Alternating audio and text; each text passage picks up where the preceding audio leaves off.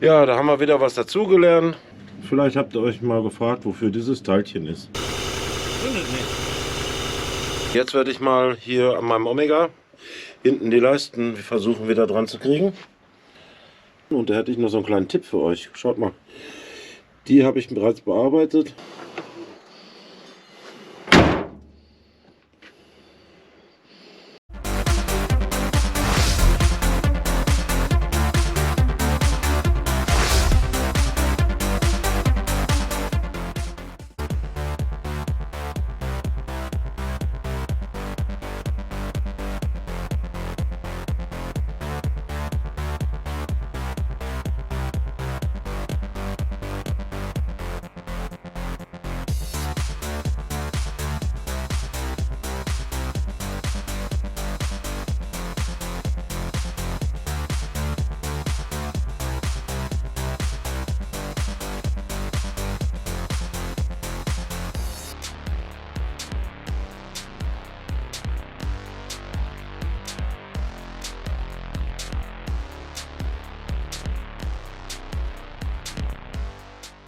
So unterschiedlich sind die Händler.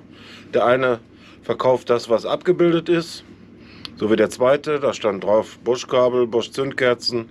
Es ist so gekommen, innerhalb von 3 Tagen. Der andere verkauft es eben anders. Da waren Originalkabel abgebildet. Es waren die Bosch-Zündkerzen dazu abgebildet. Lieferung innerhalb 3 Tagen. Das hat aber 6 oder 7 gedauert und musste noch mal nachfragen. Geliefert wurden beim zweiten diese komischen, keine Ahnung, China-Kabel, Original-Zündkerzen von GM. Okay, das kann ich noch akzeptieren. Preislich waren da 10 Euro Unterschied. Das heißt, dieser Bosch-Satz hat gekostet 68 Euro paar zerquetschte und der Originalsatz sollte kosten 59 Euro. Gut, hat nicht sollen sein. Ich hätte gerne diese Originalkabel gehabt, aber mit dem Bosch kann ich auch leben. Ne? So, und jetzt bauen wir das gleich mal da ein und dann gucken wir mal, wie das so weitergeht hier. Zündkabel habe ich jetzt schon mal verlegt, schön. Ein bisschen mit dem Kabelbinder hinten festgemacht. Und jetzt geht es weiter mit diesem Kabelkanal hier. Den bauen wir wieder zusammen. Dann wissen wir, wo die Stecker und Kabel und Schläuche alle wieder hingehören. Und das machen wir jetzt als nächstes. So, dann wollen wir mal.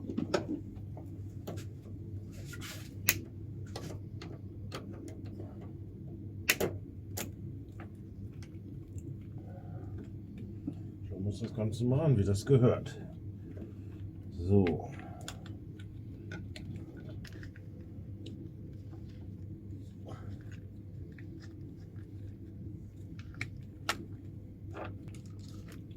Also ich bin der Meinung, das waren jetzt mal mit Ausbauen und Einbauen, weiß ich nicht, maximal 10 Minuten, aber man hat viel Vorteile dadurch, dass man die Kabel komplett wegbekommt und man kann später hier schön und sauber arbeiten. Also ich finde, es lohnt sich. Den Schlauch dahinter wieder verlegen.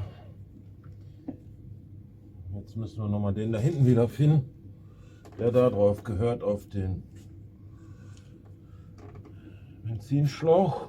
Ach, Benzin, Einspritz, Unterdruck, keine Ahnung. Da hinten mit hingeht. Genau. So.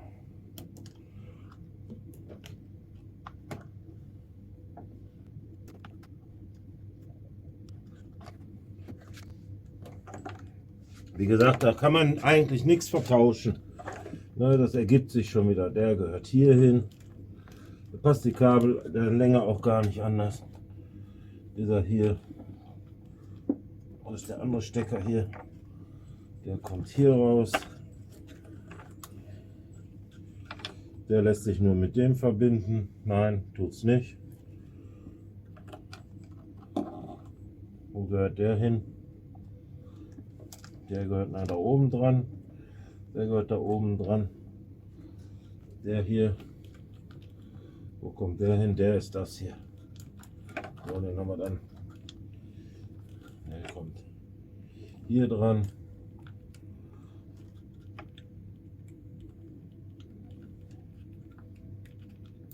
Zack. Den auch wieder dran. Der kommt nachher hier oben an irgendeiner Klappe noch dran. Das machen wir aber alles später. Jetzt kommt als nächstes die Einspritzanlage da oben wieder drauf. Ja Leute, jetzt gehen wir mal ein bisschen Gas kaufen. Ich habe das schon im Kofferraum gepackt, die Flasche. Und jetzt starten wir den BMW nochmal. Jetzt ist kalt. Dann gucken wir mal, wer jetzt anspringt. Da steht auch schon wieder eine Nacht hier rum.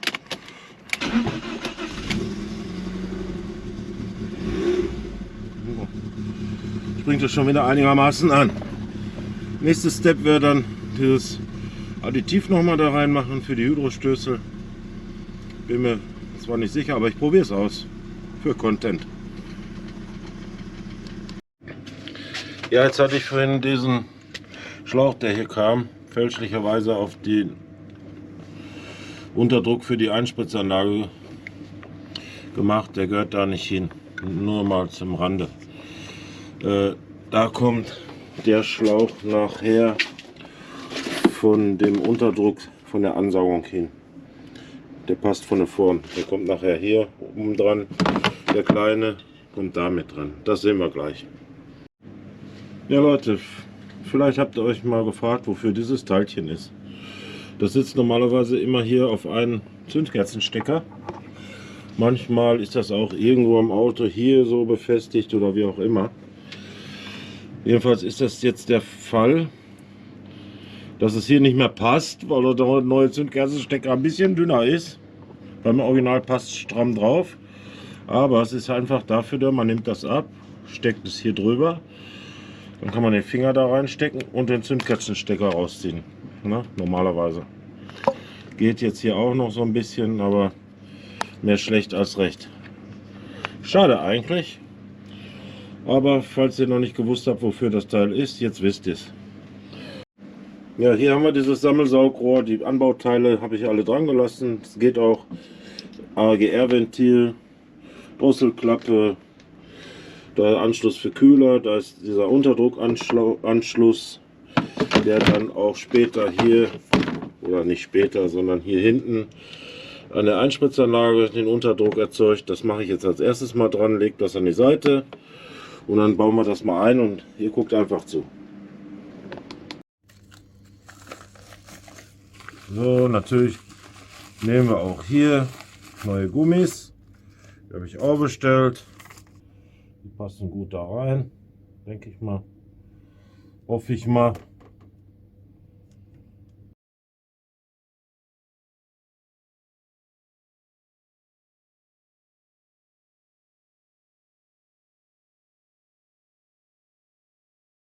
So viel falsch machen kann man da auch nicht. Wir haben hier Nasen, also so Passnieten oder Stifte, dass man das nur in einer Position drauf bekommt.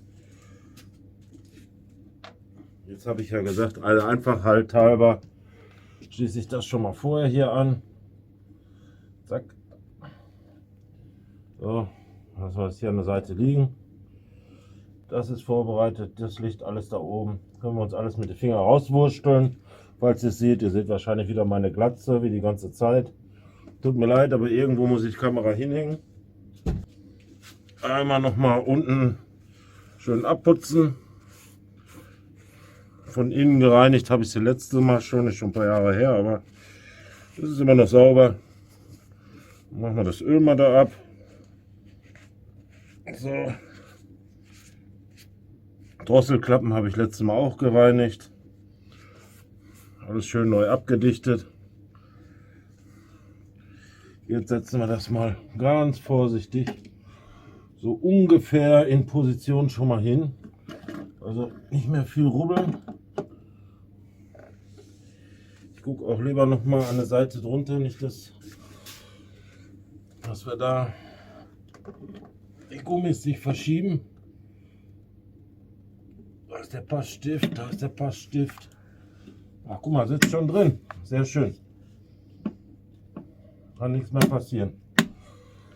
Ich muss leider einen Adapter benutzen, weil ich die Nuss jetzt in der Größe, na gut, ich hätte auch eine andere, aber ich mache es jetzt einfach, ich will es auch mal sagen, wenn man jetzt eine Verlängerung dazwischen macht, wenn man irgendwas, es ändert sich der Drehmoment, also kann sich verändern. Man hat immer ein bisschen Spiel, Torsionskräfte und dann wird die Schraube nachher nicht richtig angezogen. Ist bei dem kleinen Drehmoment hier ein bisschen zu vernachlässigen. Die 4 Schrauben werden angezogen laut Opel Handbuch mit 8 Newtonmeter. Ich habe hier so einen Drehmomentschlüssel, der geht los bei 5 bis, ja, ist ein bisschen abgeschrubbelt hier, jetzt die Beutel auf 50 Newtonmeter. Erkläre euch mal kurz, wie es aussieht. Ich weiß nicht, könnt ihr das erkennen hier? Der ist jetzt auf 0. Dann haben wir da die Skala, da steht einmal 5 und einmal 10.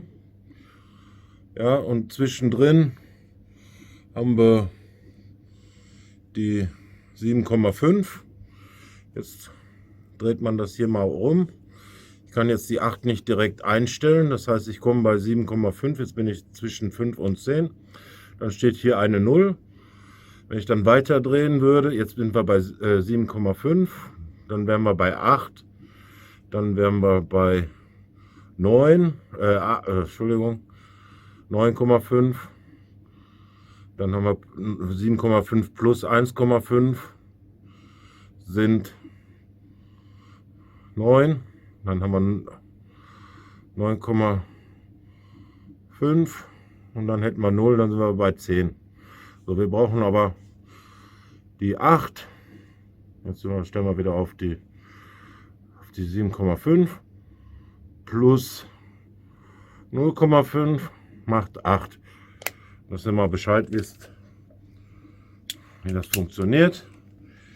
Jetzt knacken wir die mal ab. Drehen wir die erstmal ein bisschen an. Das dauert ja noch. Deswegen knacke ich die noch nicht ab. Ich ziehe es erstmal gleichmäßig an, bevor es knackt. Ich habe es ja nur mit der Hand gemacht.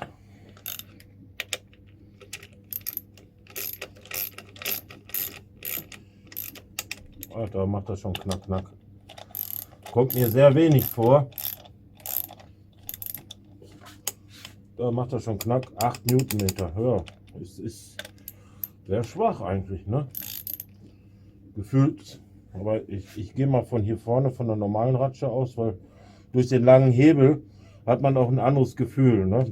Ich greife es mal vorne an, ob es mir dann schwerer vorkommt. Auch nicht viel. Okay. Ja. Ist eigentlich ein bisschen wenig, aber es steht so drin. Also gefühlt habe ich die Schrauben jetzt mehr oder weniger mit der Hand angezogen.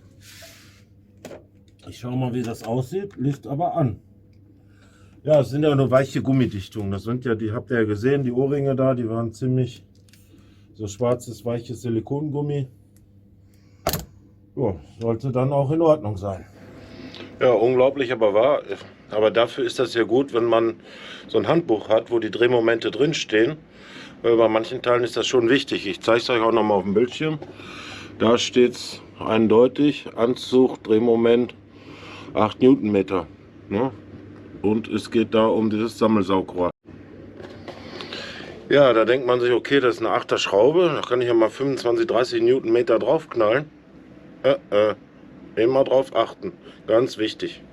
Das sind Aluteile, da sind Gummidichtungen dazwischen. Das hat alles eine Bedeutung. Das denkt sich nicht irgendeiner aus, um uns zu ärgern. So, jetzt bauen wir das ganze Gedöns da wieder zusammen.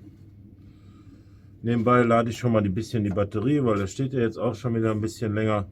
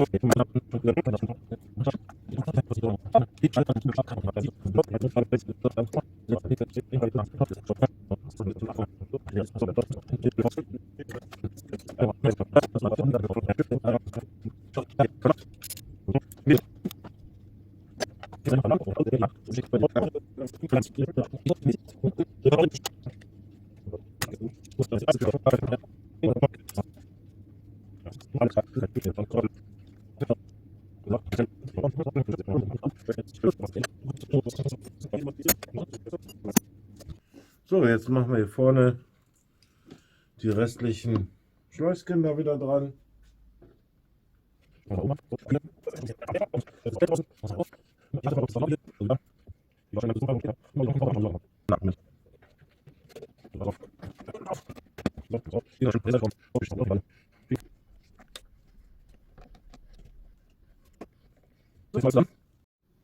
Ja, jetzt füllen wir mal hier die Kühlerflüssigkeit wieder ein. Ich habe mir da so einen Trichter gebaut, aus so einer Colaflasche abgeschnitten, ein Zewa-Tuch genommen. Ursprünglich wollte ich einen Kaffeefilter nehmen, habe ich aber leider gerade nicht zur Hand, weil wir heutzutage alle diese komischen Kapselmaschinen und Senseos und was weiß ich nicht alle haben. Dann werde ich das Kühlmittel, was ich abgelassen habe, wieder da reinschütten, weil ich ja auch nachhaltig bin und es ist auch nicht verwerflich, weil das Zeug ist ja gut, ist 2 Jahre alt, aber das Auto steht seit über einem Jahr hier in der Garage und da wird sich jetzt groß chemisch nichts verändert haben.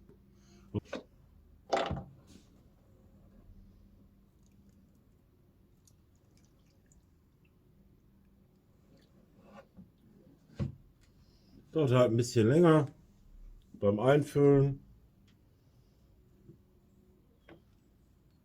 aber es erfüllt seinen Zweck.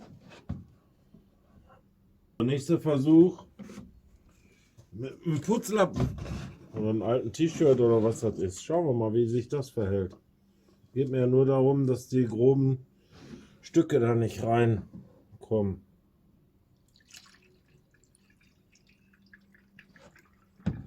Das funktioniert besser. Super, also Zewa und Kaffeefilter vergessen. Ein anständiges T-Shirt. Guck mal, da kann man das schön einfüllen. Läuft sauber rein. Da ist einiges an Dreck drin hängen geblieben. Filter hat funktioniert. So, jetzt können wir da mal das Ladegerät ab. Ja, das war jetzt mal 2 Stunden dran. Ich hoffe mal, dass meine No-Name-Billig-Batterie, wie ich schon mal gehört habe, das schafft. Wichtig ist immer, die Kontakte auch anziehen, nicht nur dran stecken, weil wenn der Starter loslegt, dann gehen da schon ein paar Ströme durch. Das heißt, ich habe schon gehabt, da haben wir das einfach nur dran gesteckt und gestartet und es sprang die Karre nicht an. Ja. Jetzt gehen wir in das Fahrzeug. In den geilen Omega gehen wir jetzt mal rein. Setzen uns dahin und entweder es macht Knall, Puff, Peng, oder deine Mittelkonsole ist der Schlüssel. Den stecken wir jetzt erstmal da rein. In das Zündschloss. Drehen mal rum. Okay, das leuchtet alles. Jetzt geht erstmal die Niveauregulierung an. Der pumpt wieder hoch. Ja, jetzt fängt das an. Muss ich auf Öldruck pumpen, muss ich erstmal Zündung anmachen. Die Karre steht jetzt hier schon seit, weiß ich, November, interessiert mich nicht. Weil es war immer Öldruck da, es hat nichts geändert. Das Öldruck, Pumpen und so eine Scheiße. Ich weiß nicht, wer sich das ausgedacht hat. Wir drehen jetzt einfach den Schlüssel mal rum. Andere nutzen Bremsenreiniger, ich nicht. Ich drehe einfach mal. Ich muss das Sprit fördern. Okay, schon fast angesprungen. Machen wir nochmal. Ich habe kein Gas gegeben. Guck mal. Das Auto springt an. Das ist einfach geil. Das ist ein Omega. Es läuft. Ich gebe mal ein bisschen kurz einen Gasstoß. Vorsichtig. Guckt euch das an. Das ist tierisch geil. Wenn man gut arbeitet, kommt so ein Ergebnis daraus. Ja, was soll ich jetzt sagen, ey? Es ist wie immer. Es ist einfach ein geiles Auto, Leute. Da kannst du mit deinem 5er BMW oder sonst irgendwas kommen. Diese Omega ist einfach genial. Er läuft, er ist angesprungen. Ich habe das alles zerlegt. Ihr wart jetzt live dabei, wie ich das zerlegt habe. Das war der erste Start. Das Auto hat jetzt, da steht 220.000, hat er jetzt schon runter, ey. Wahnsinn. Der läuft. Öldruck, Öllampe sofort ausmachen. Okay, der Tank ist leer. Jo, ich brauche jetzt auch kein Benzin, wenn er in der Garage steht. Guck mal. Der nimmt Gas an. Wahnsinn. Wahnsinn. Ey, jetzt gibt man auch mal einen Daumen hoch. Schreibt in die Kommentare, ey, ich habe das geil gemacht, da würde ich mich freuen. Ich bin total stolz auf meine Arbeit. Das ist Hammer. Ja? Ich kann nicht nur schweißen, ich mache euch alles, aber nur an meinem Omega. Ne? Wenn jetzt mit dem Omega 2.2, was hast du nicht gesehen, da ankommt, okay, würde ich mir auch noch ein bisschen auskennen, aber ist schon hammerhart. Macht richtig Spaß.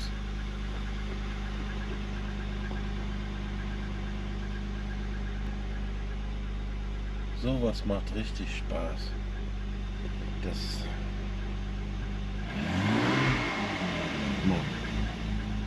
Da klappert nichts am Motor. Das könnt ihr ja vorne in der anderen Kamera sehen.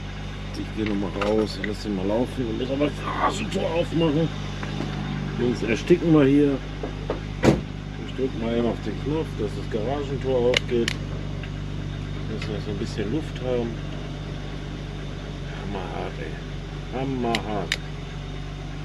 Gut, lassen wir nochmal laufen, bis er warm wird. Und als nächstes, was machen wir als nächstes? Als nächstes, aua, boing, oben hängt so eine scheiß Lampe. Okay.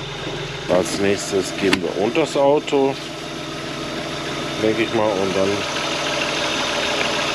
werden wir den Auspuff isolieren, damit diese Klapperfläche da mal auf. Und das ist mal morgen.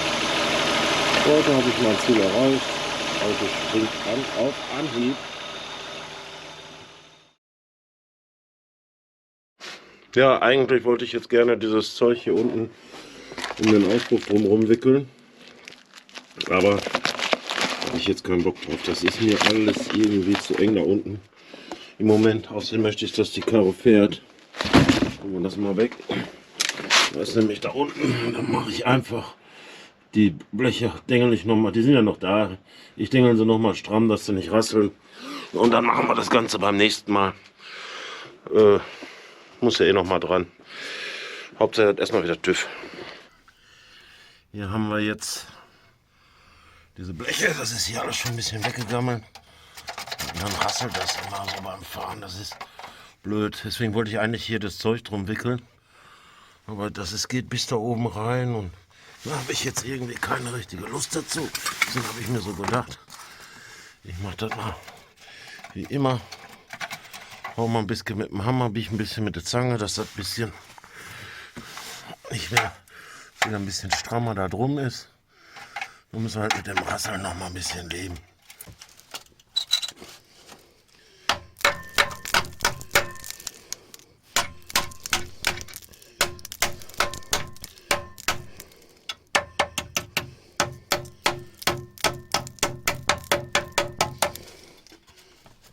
Ach, geht doch schon wieder.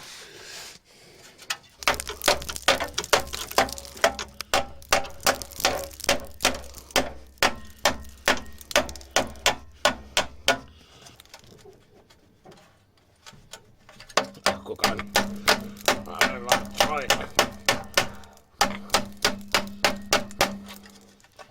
Feste. Auf der anderen Seite auch wieder feste. Das hält jetzt wieder ein paar Monate und gut ist. Und dann schauen wir später, dass wir das hier umwickeln. Aber hier geht es so ziemlich oben rein, die ganzen Leitungen. Da kann ich hier nicht so, habe ich jetzt auch keinen Nerv für. Machen wir nächstes Mal. So, jetzt gucken wir, dass da oben ist ein bisschen trocken geputzt, alles, dass der Onkel vom TÜV nicht so meckert. Erstmal Spur einstellen Und dann geht's ab zu TÜV.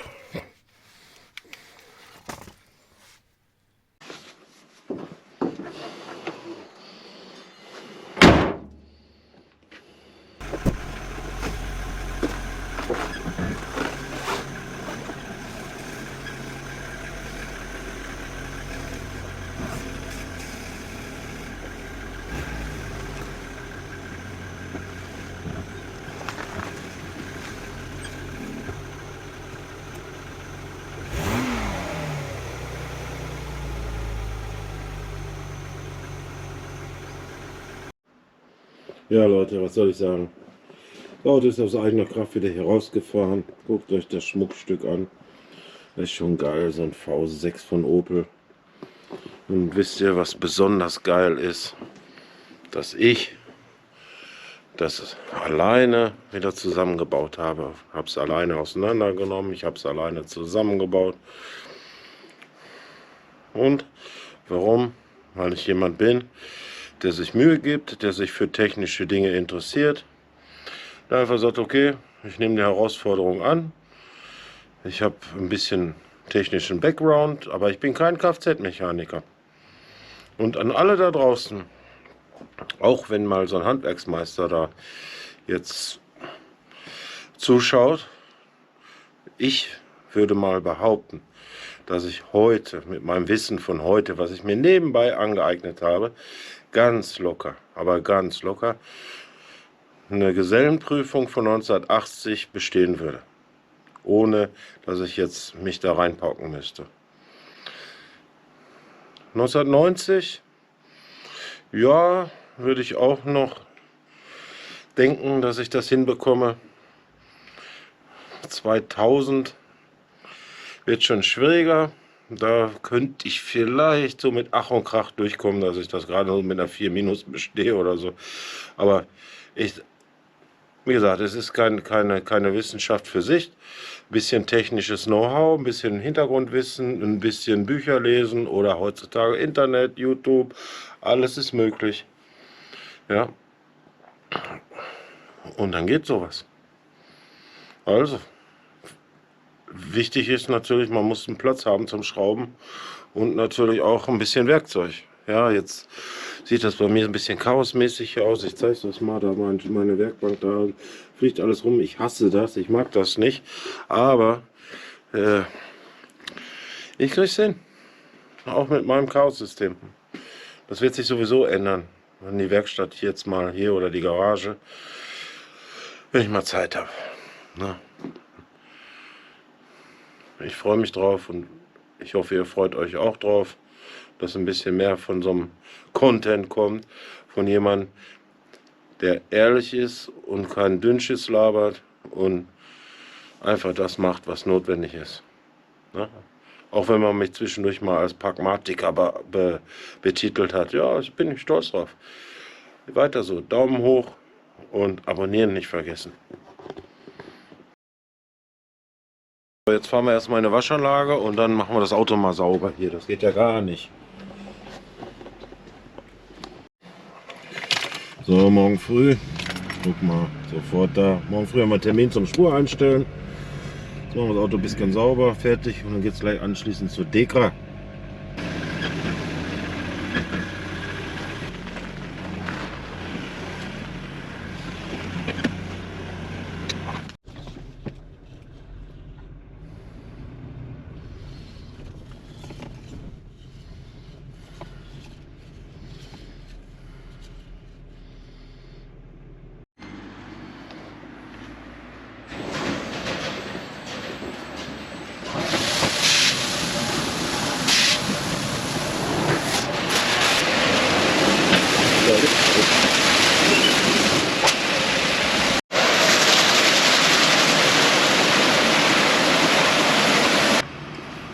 Okay, Antenne vergessen, aber ist noch dran.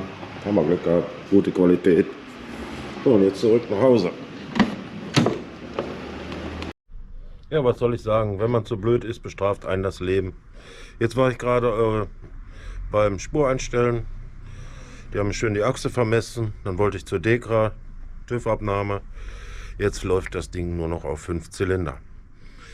Jetzt bin ich gerade dabei. Naja, und wenn man zu blöd ist, bestraft einen das Leben. Jetzt baue ich gerade mal die Zündkerzen aus und schau mal, an welchem Zylinder hier der Zündfunke fehlt. Bei den ersten dreien habe ich schon da so eine schwarze gefunden. Es könnte ganz gut sein, dass das daran liegt. Jetzt ist es so, weil ich wieder zu blöd war oder zu geizig. Ne? Ich habe ja neue hier. Ich habe die nicht reingemacht, weil ich gedacht habe, okay, die sind noch nicht so alt. Ne? Lass mal drin. Ja. Jetzt tausche ich mal die Zündkerzen und dann gucke ich mal, ob er besser läuft. Leider muss man ja auf der anderen Seite hier wieder die ganze Kabeltrasse wegnehmen. Ist halt doof gelaufen. Halt kleine Sünden bestrafte liebe Gott sofort. Oder wie heißt das? Schauen wir mal, wie es weitergeht. Ja, jetzt haben wir sie alle draußen. Sehen ganz gut aus, bis auf die eine hier vorne vom ersten Zylinder. Jetzt drehen wir mal die neuen da rein und dann starten wir nochmal. Um da hinten dran zu kommen, müsste man eigentlich hier oben diese Front-Kunststoffteil hier Windabweiser ausbauen. Ich behelfe mir dann so mit einer kleinen Ratsche und kleinen Verlängerung. Dann mal starten und schauen, was passiert.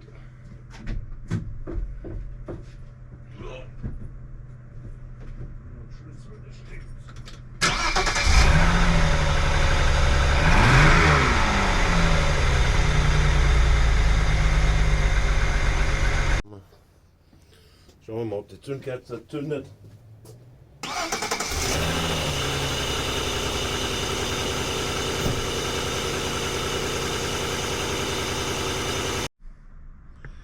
Ja, dumm gelaufen. Es hat nicht an den Zündkerzen gelegen. Es kommt an dem ersten Zylinder kein Funken an. Das habt ihr gerade gesehen. Jo, jetzt ist das DIS-Modul da hinten hinüber. Warum auch immer. Also am ersten Start lief der einwandfrei. Am nächsten Tag halt nicht mehr. Dumm gelaufen. Okay. Also wieder Teile bestellen. Wird wieder nichts mit dem TÜV heute. Ja, was soll ich sagen? Jetzt habe ich mir im Internet so ein Schaubild angeschaut. Da stehen dann so ein paar Werte drin, wie man messen kann, dass man zwischen den Spulen einen gewissen Ohmwert haben muss. Hier, auch hier an den Dingern, habe es mit dem Messgerät gemessen. Also das, was da steht und da rauskommt, passt.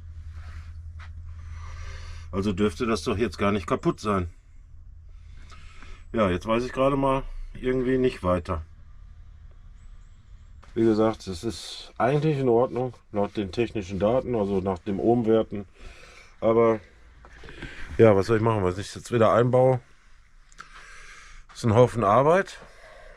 Ich bestelle einfach jetzt mal ein neues Teil und dann bauen wir das gleich ein. Ne?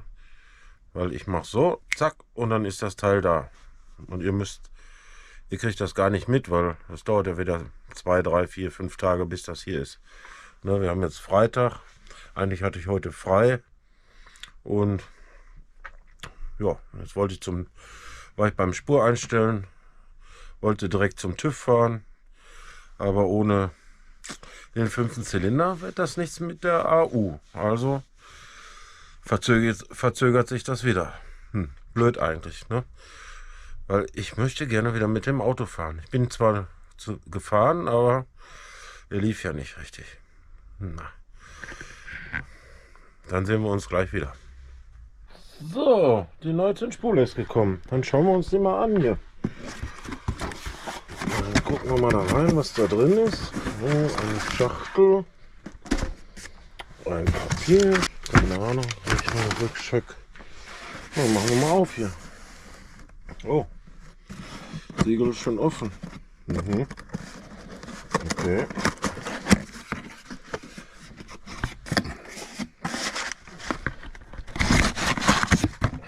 Mhm.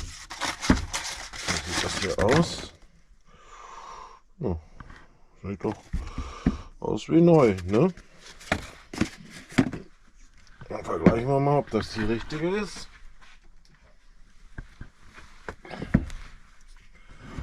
Oh, sieht doch ganz gut aus auf den ersten Blick. Passt. Gleiche Nummer,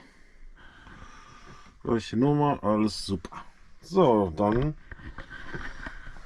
auf zum Einbauen.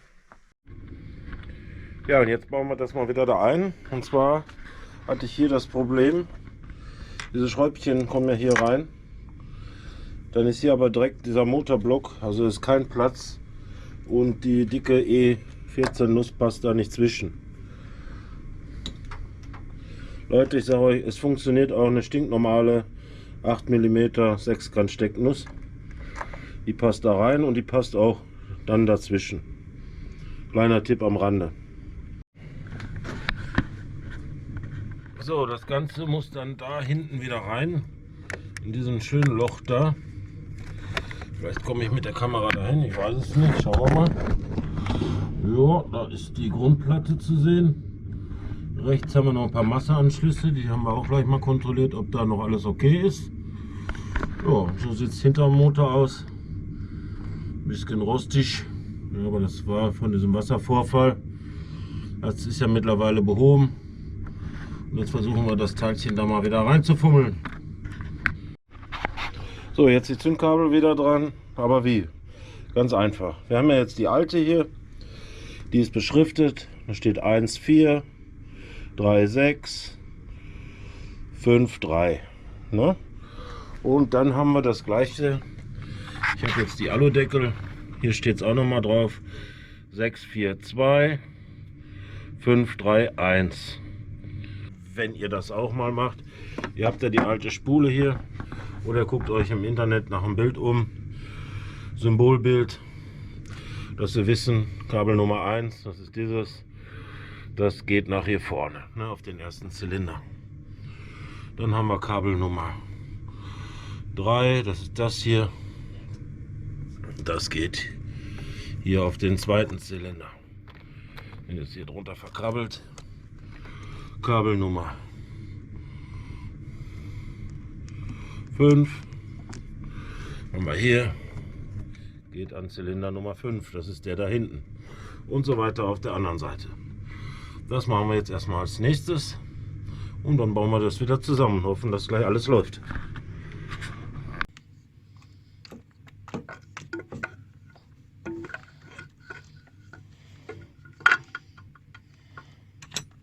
Ich denke mal, das kriegen wir auch ohne Drehmomentschlüssel feste. Ups. Ich habe gar nicht geguckt, aber es ist eine 6er Schraube, meine ich. Da brauchen wir eh nicht so viel auf Drehmoment.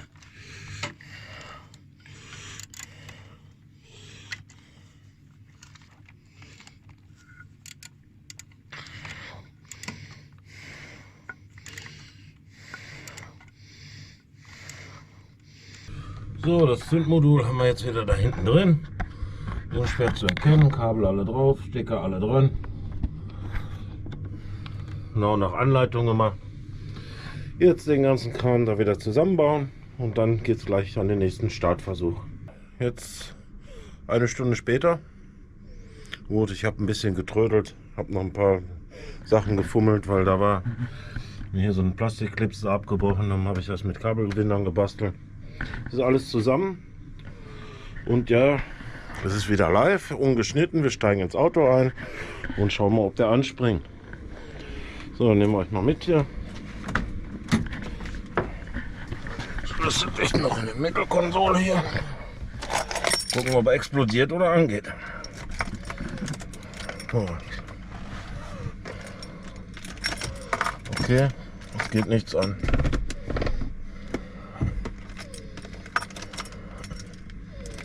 Jo. Da hat der Papa wieder irgendwas vergessen. Das sieht so nach Batterie aus. Dann schauen wir mal, was das ist.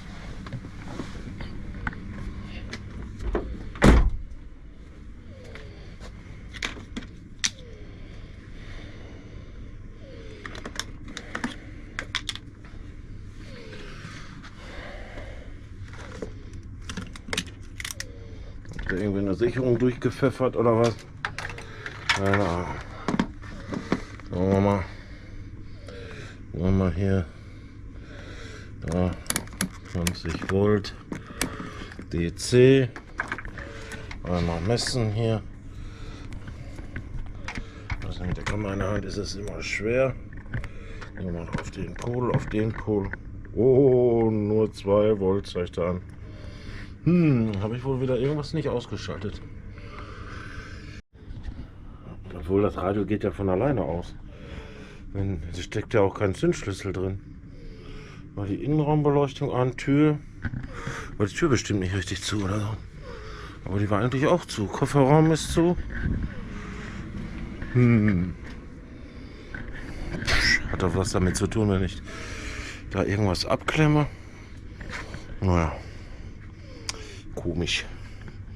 Aber nützt ja nichts. Batterie laden, warten. Und jetzt halt morgen weiter. Ja, jetzt schreibt doch bitte wieder nicht in die Kommentare, das liegt an dieser No-Name-Batterie. Ja, das ist No-Name gibt's nicht. Die kommen nicht aus China. Ja, das sind die gleichen Batterien, die werden irgendwo halt umgelabelt. Erstausrüsterqualität. Ja, das ist genau die gleiche Geschichte, die ich da hatte, als ich euch das bei dem ersten Video vorführen wollte. Ne? Danach habe ich die Batterie aufgeladen und der stand hier wochenlang und ist dann sofort angesprungen. Jetzt steht da mal wieder ein paar Tage her. Was heißt ein paar Tage? Seit vorgestern. Vorgestern habe ich das zerlegt. Ne, das war Freitag. Freitag wollte ich ja zum TÜV, genau, da habe ich alles zerlegt. Dann habe ich die Teile bestellt. Heute ist Dienstag und ja, Batterie leer. Und ich bin auch gefahren zwischendurch. Ich war ja beim Spur einstellen und so. Irgendwo, keine Ahnung. Vielleicht lag das daran, das Zündmodul, keine Ahnung, ich weiß es nicht. Kann ja nicht sein. Schlüssel hat nicht gesteckt. Der lag in der Mittelkonsole, so wie jetzt auch. Da muss irgendein Verbraucher dran gewesen sein. Na, ich habe es ja auch nicht abgeklemmt, war ja nicht beschwert. Ich habe es vergessen. Passiert. Müssen wir durch. So, jetzt haben wir mal eine Stunde hier oder 1,5 Stunden geladen. In der Zeit haben wir ein paar nette Videos von anderen YouTubern angeguckt. Und jetzt gucken wir mal, ob das schon reicht, nach einer Stunde den Motor zu starten. Das geht erstmal wieder Licht hier drin an. Schlüssel wieder raussuchen. Gucken. Okay, Strom ist da.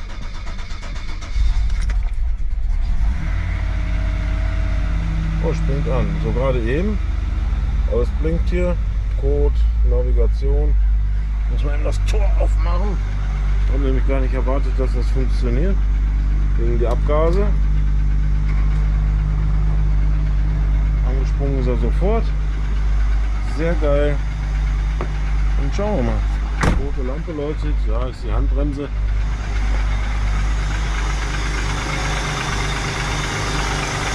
Hört sich einigermaßen gut an. Oh, das hört schon besser an. Könnten wieder 6 Zylinder sein. Ja, qualmt was? Was qualmt da? Da ist wieder irgendwelches Öl runtergelaufen. Ja, Qualmwolke ist schon weg. Ah, der läuft, der läuft.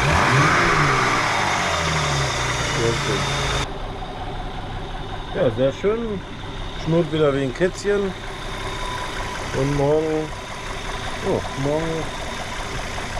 dann, wenn die Batterie vollständig aufgeladen ist, dann werde ich mal so eine Probefahrt machen, denke ich. Dann können wir zum TÜV fahren. Da freue ich mich schon drauf.